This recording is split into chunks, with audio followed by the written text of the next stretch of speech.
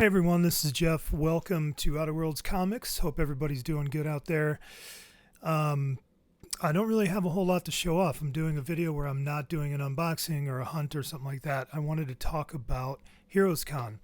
Heroes Con's coming up next. It's going to be a week from today. Tomorrow, I'm releasing it tomorrow, the video tomorrow, so we'll call it a week from today because you're watching it a week from today. So I've never been to a big a convention, comic book convention. I've been to the local one here in Colorado, which was amazing. So this is my first big convention, and I'm feeling a little nervous, only because I'm nervous about the money that I could potentially spend. I have a budget, so I am prepared kind of with a set amount of money. I've been furiously selling things on eBay to be prepared for this.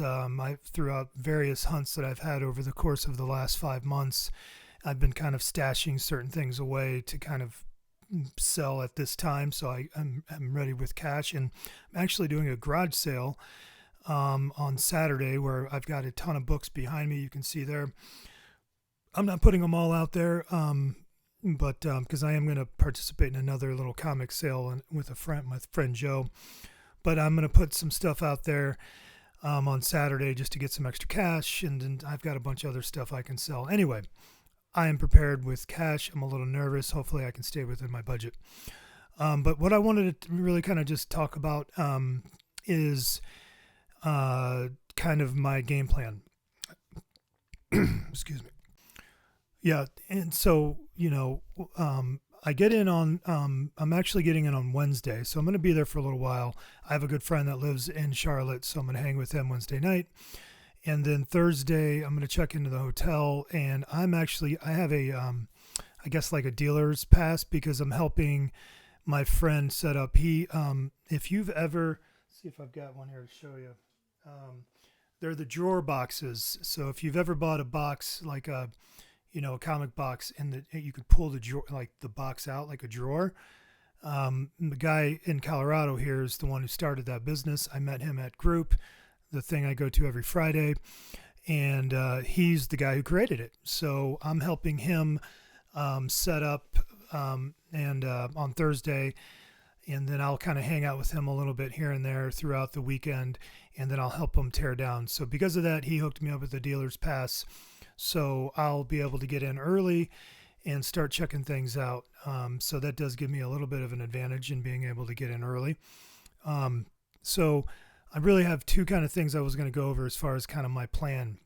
One of them is my autograph seeking, and then kind of my game plan as far as books, what I'm looking for. So is what I thought I'd do is show you. I've never done the autograph thing. I did get my West Coast Avengers #1 signed by Bob Hall, which I showed in my last video, I think. So, but otherwise, I've never really participated in this. This is all new to me. So I've kind of done some research on who's going to be there and what books I'm going to bring. So, I am going to bring West Coast Avengers #1 to have Brett Breeding sign it, because he did the inking, I believe, on this book. So I'll have him sign it. And so that's my first book I'll have signed. And then I'm going to have Al Milgrom. I know I got this glare on here, not much I can do, but you get a sense here. Al Milgrom. This is the first time Grey Hulk appeared since, I don't even, like the first few issues. So yeah, I'm going to have him sign that. I think that's a nice key book for Hulk, something I'd like to have signed. I'm going to have this signed, World War Hulk #1 by David Finch. He did the cover, and John Romita Jr., I think, did the story on this, or the interior. Yeah, again, brain fart. Either, I think he did the story, or is it Greg Pak did the story and John Romita did the art inside? Maybe that's what it is. Either way, I'm doing my best. Either way, this is one of my all-time favorite Hulk stories, or any story of any kind, Planet Hulk and World War Hulk. So I'll have those autographs there. Michael Cho, this is Immortal Hulk #44. I just love this cover. I love a lot of the variants on Immortal Hulk, but I do really like this one. I saw he's going to be there, so I'll get that signed. This is cool. So I'm gonna have Jim Starlin sign some stuff. I need to research, like, can you have multiple books signed by? Can you just bring like a stack of like 3 books or 4 books? I know you got to pay, and I got to research, how much these guys are charging. But in general, this is what I'm right now thinking. I may pivot at the last second, but this is called. It's actually called Metamorphosis Odyssey, Book 2, The Price. And this is Starlin does the art and the story on this. And I just love this cover, and it's in really high grade. I mean, this is like, 9 above a 9.0, and I've seen on my comic shop a 9.8 of this sells for about $800, or that's what they have it listed for. I don't think it's a 9.8, but either way, it's an awesome cover. So I'm gonna have him sign that. I thought that'd be something different maybe for him to sign. And then I'm gonna have Jim Starlin and Ron Lim sign Thanos Quest #1. All-timer right there. That's also pretty high grade. And then I'm going to have both of them sign the Silver Surfer 34. It's the first time Thanos reappears from since like 1974 or 75 or something like that. He has this cameo in The Death of Captain Marvel, but this is his first reemergence. So great book. Have those guys sign that. And again, Ron Lim and Starlin sign this. This is the first time you see the Infinity Gauntlet picking up from the Thanos Quest. I'm going to have Scotty Young sign Cable Deadpool #44. Just love the cover, love this run. Just picked this up recently to kind of complete the run, so I want to have him sign that. I'm going to have Jenny Frison sign. We got a couple of Vampies. We got both of these. I mean, that's just such a great cover. And then this one as well. So a little Jenny Frison action. As you can tell here, Jeff, boy, you're going to be standing in a line for a long time. And that's fine because I'm there for 3 days. And if I'm not standing around, that means I'm maybe spending money, which I need to find a way to not constantly be spending money. So if I have to stand in a line for a day just to get all these autographs, that's fine, because I get in early so I can maybe hit some shopping early and then get into the just waiting in autograph lines. That's fine. And oh yeah, here's another Jenny Frison's, the Zatanna. This is a foil. I think this is #2. This whole run was really cool. This Burning Down the House, I think is what it was called. Gonna have this is Chris Claremont, John Romita Jr. Great. I mean, I just love this cover. Classic cover. And this is in pretty nice condition. I think I could even just press this and clean it and make it even better. But it's nice condition and just a great iconic cover. Wolverine. And so I'll have that signed by those guys. And then this one, I know maybe it's like cheeky. I don't know. Maybe a lot of people have this signed. But it's a unbelievable cover. And this is in really high grade. And so I'm going to have Claremont and Art Adams sign this. So I thought that would be fun. And then here we go with this. This is a hot book right now. First appearance of Mayday Parker. So Tom DeFalco and Ron Friends. And have them sign that. I think that would be cool. It's very high grade as well. And then why not have Chris Claremont sign this along with Bob McLeod. This is an all-time favorite. I love this run. I collected this when I was a kid, so it means a lot to me, and I'd like to have him sign that. And then this is the last one I'll have so far, Nick DeGrata.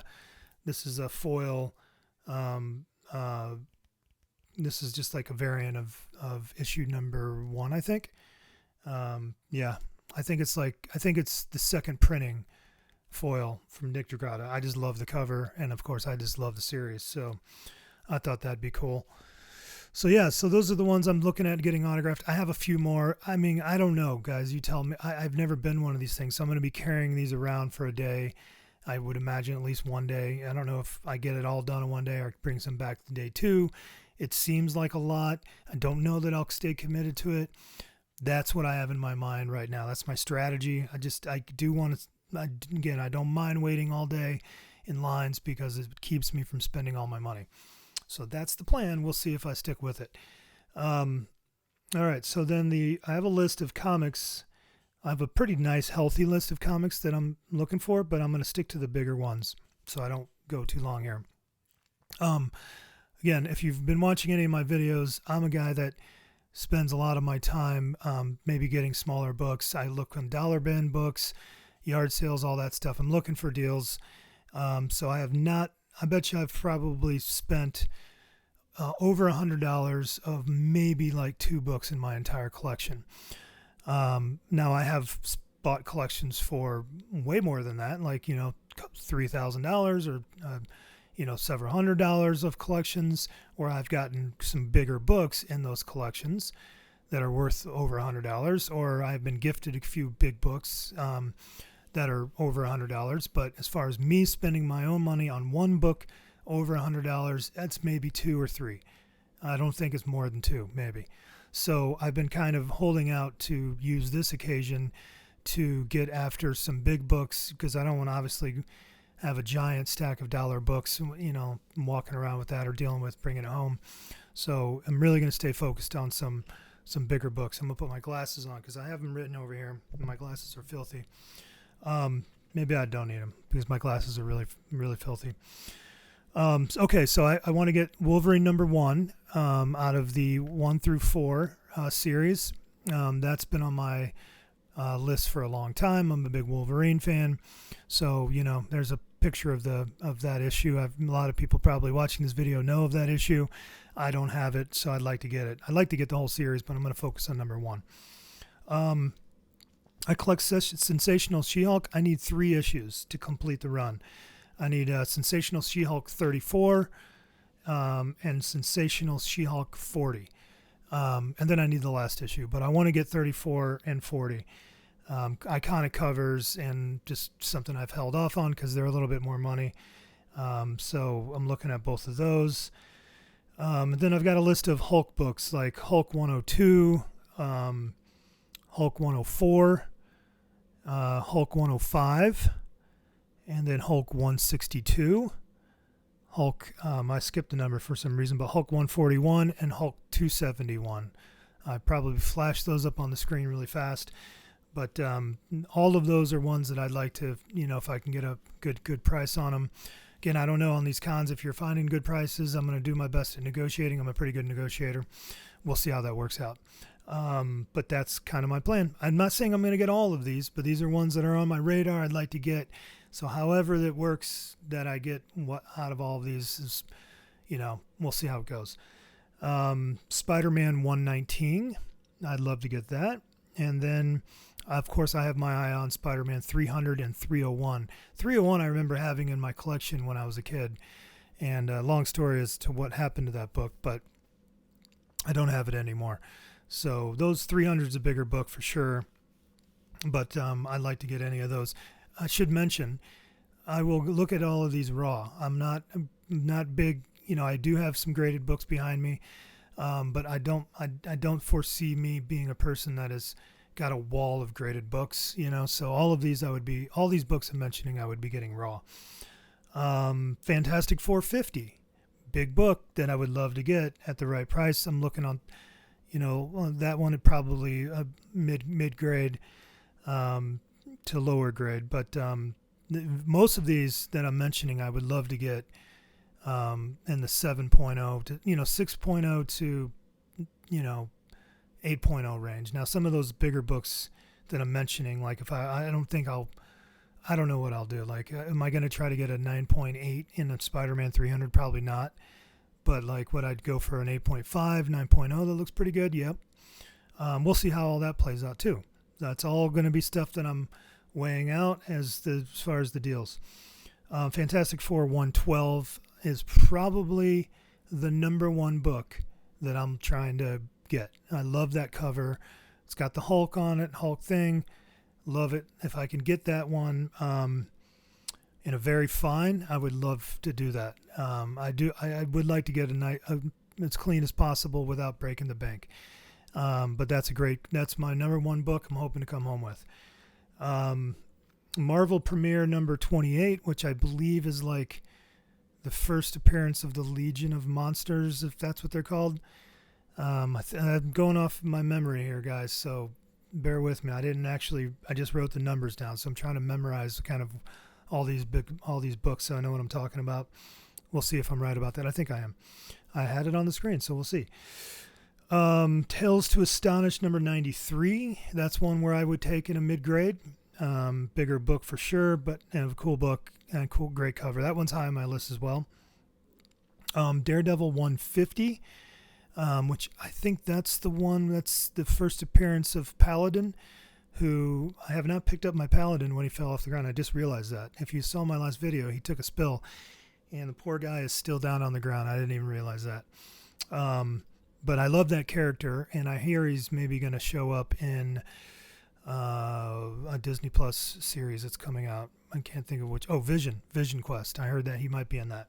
So I've always loved that character. He's a side character, but I liked his outfit and his gun, and I don't know. He's cool. And then Daredevil 163. I'm looking for covers that have, like, iconic covers that have the Hulk on it. So like that Spider-Man I mentioned, I think that's Spider-Man 119, and Daredevil 163 has a Hulk cover. I think that's right. It's on the screen. Hopefully I'm right. Yeah. And then Thor 337, first appearance of Beta Ray Bill. I love Beta Ray Bill. So I'm really hoping he shows up in the movies as well. And I don't have that, so that's on my radar. Swamp Thing number 1. I've got a lot of that, 1 through 20, I'm doing pretty good, and a lot of it's in really high grade. I've really gotten lucky on some auctions online that I've picked up some issues of that in high grade at some great prices. So I've been fortunate, and I'm just keeping my eye open for those. So Swamp Thing number 1 would be great, and a nicer grade. And then last but not least, on my bigger books, this is another high on my list, Batman 251.